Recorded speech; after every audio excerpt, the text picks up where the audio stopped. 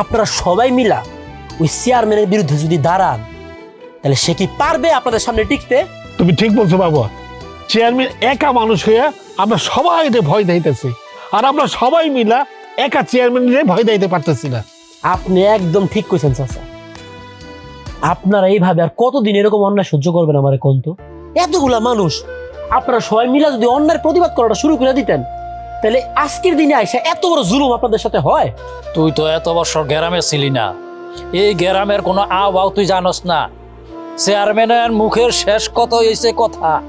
চেয়ারম্যানের বিরুদ্ধে কেউ যদি কোনো উল্টা পাল্টা কথা কয় তবে প্রথম তার দুনিয়া থেকে শেষ করে দেয়। দেখো বাবা, চেয়ারম্যানের চোখে চোখ রেখে কথা বলা যেখানে অন্যায়, সেখানে আমি যদি তার বিরুদ্ধে প্রতিবাদ করতে যাই তাহলে আমারও তো শেষ করবই, আমার পরিবারের সবারই শেষ করে দিব। চাচা যান, এই যে ভয়টা আপনার মনের ভিতরে, এই ভয়ের কারণে এত বছর পরেও আপনারা এরকম অন্যায়ের প্রতিবাদ করতে পারতেছেন না। আর ওই যে চেয়ারম্যান, সে ঠিক এই জিনিসটাই চায়। নানান রকম আকাশ কুকাশ কইরা সে আপনাদের মনের ভিতরে ভয় ঢুকাই দিছে। কেন জানেন? যেন কোনোদিন কোনোভাবে আপনারা তার কথার বিরুদ্ধে কোনো প্রতিবাদ করার সাহসটাই করতে না পারেন। কিন্তু এখন দিন বদলায় গেছে, আমি আছি আপনাদের পাশে। আপনারা খালি একবার সবাই একসাথে হইয়া চেয়ারম্যানের চোখে চোখ রাইখা একবার তার বিরুদ্ধে প্রতিবাদ করে দেখেন, আমি কথা দিতাছি ওই চেয়ারম্যান নিজে ভয় পেয়ে যাইব। তুমি দয়া করে এখানে চুপ করো। এই যে গ্রামের মানুষ গিলান তাগো মাথা গিলা তুমি বুদ্ধি দিয়ে নষ্ট করো না। চেয়ারম্যান যদি একবার জানতে পারে যে এই গ্রামের মানুষ রে তুমি বৈঠক বসাইয়া তারপরে তাগো বুদ্ধি দিছ, তবে তোমার এই প্রথম এই দুনিয়া থেকে শেষ করে দিব, মাইরা পালাইব। আমি তো এগুলো ভয় পাই না আব্বা।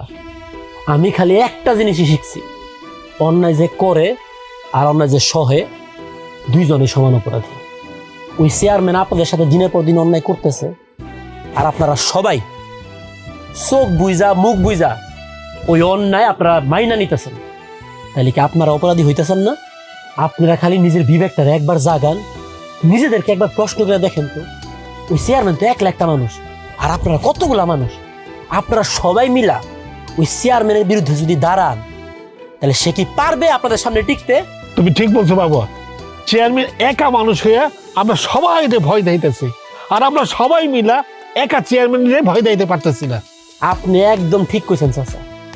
আপনারা সবাই আমার ওয়াদা করেন, কালকে থেকে আপনারা কেউ কোনো কিছুতে ভয় পাবেন না। যেখানে অন্যায় দেখবেন, অপরাধ দেখবেন, আপনারা সবাই সাথে সাথে প্রতিবাদ করবেন। একবার যখন আপনারা প্রতিবাদটা করা শুরু করে দিবেন না, দেখবেন মনের ভেতর থেকে, বুকের ভেতর থেকে ভয় ডর সবকিছু বের হয়ে যাবে।